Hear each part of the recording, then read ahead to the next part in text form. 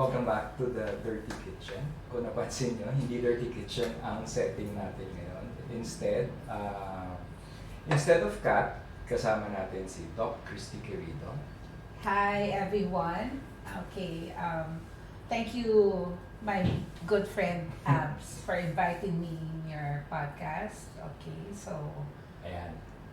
Medyo may iba yung topic natin ngayon. As usual, freewheeling. Pero ano tayo ngayon? Medyo mas seryoso, di ba, Doc? It started out in a casual conversation. And then, malalim at mabigat kasi yung topic. And without having to be too graphic, di ba? Kahit na hindi tayo maging specific, pero siguro sabihin na lang natin na in light of the recent events involving kids and violence, yun na lang siguro, ganun na lang. Doc, ano yung mga insights ko about this, no? Actually, marami na talagang mga bata na natutuwa or sabihin natin in terms ng Tagalog, naloloko sa na-addict sa games. Okay? Yan ang mga pastime ng mga kabataan ngayon. So, it's so sad that this is a responsibility coming also from their parents, not only dun sa mga nag-guide sa kanila sa bahay, kahit wala yung mga magulang. So, the teachers cannot just be the 24/7 dun sa mga batang yan.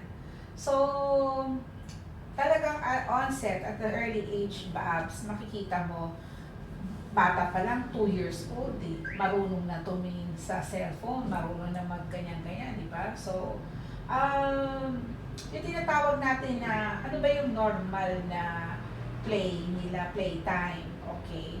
So, parang naaagaw na ng attention dahil sa mga ating gadgets na ngayon, sa mga bagong na ngayon. Yes, I have to agree. Okay, Doc, ganito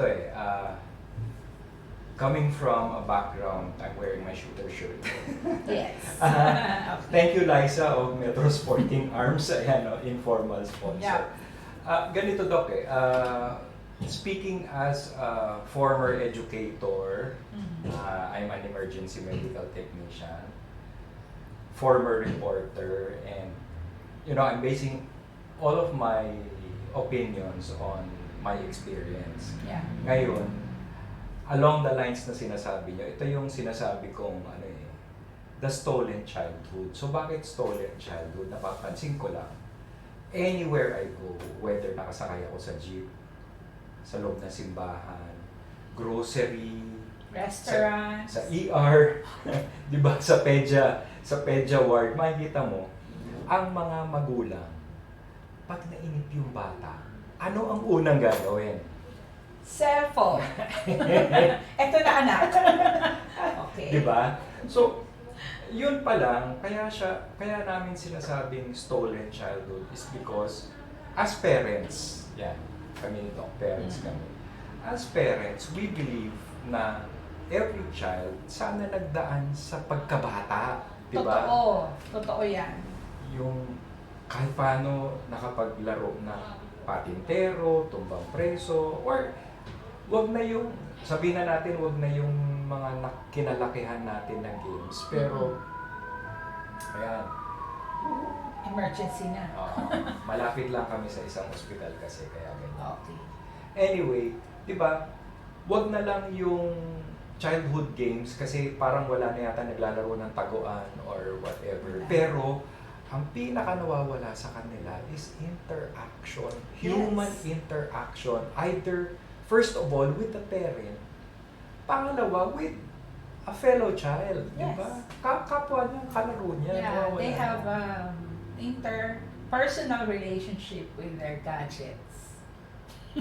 Yun na yun. Yun na nga meron silang special relationship with an inanimate object na hindi natin na-realize kasi yung hidden dangers. Pero mamaya, pag-usapan natin. Yes. But the point is, para sa akin, sa observation ko nga, yung mga bata, halimbawa, kayo Doc, you're in the medical profession. I'm also in the medical profession. So, by nature, ikaw professional, ako amateur psychologist. Yeah. So, pag gumagawa tayo ng assessment, medyo yung mental aspect, pinag-aaralan mo. Ngayon, napapansin ko lang sa mga bata na lumaki sa gadget. Unang-una, hindi sila marunong madali silang maburyong pala. Madali silang Yes. maburyong. Yung ano nila, yung patience na tinatawag nila, na wala. At napakaiksi ng Napakaiksi. pasensya nila ngayon. Kaya hindi malayong magkaroon sila ng violent tendencies or what. This is part of yung tinatawag naming behavioral aspects when it comes to the child assessment. Okay? May mga pediatric thing na yan eh. So growing up, they develop this. So aside from being parang short ang span nila for yung taller patients, okay, they also have this tendency to be more aggressive in some other way. So let's say na nasabihan mo lang, parang akala mo na yung batang to ang aga-aga bipolar na. Parang gagalit ka agad, hindi naman natin sila pinapagalitan. O nagkakaroon ng ibang attitude. So minsan naman pag sinabing, ito na, pakikuha, ganon. Di ba uso yung awas na, wait lang, nung araw wala tayong, wait lang, mommy, wait lang, daddy. Yung si wait lang. Kaya talagang maghintay ka dun sa wait lang niya. So, hindi talaga yung sinasabi natin na nabuo or yung nade-develop sa kanila habang lumalaki. Yung talaga yung behavior is also concerning na talaga.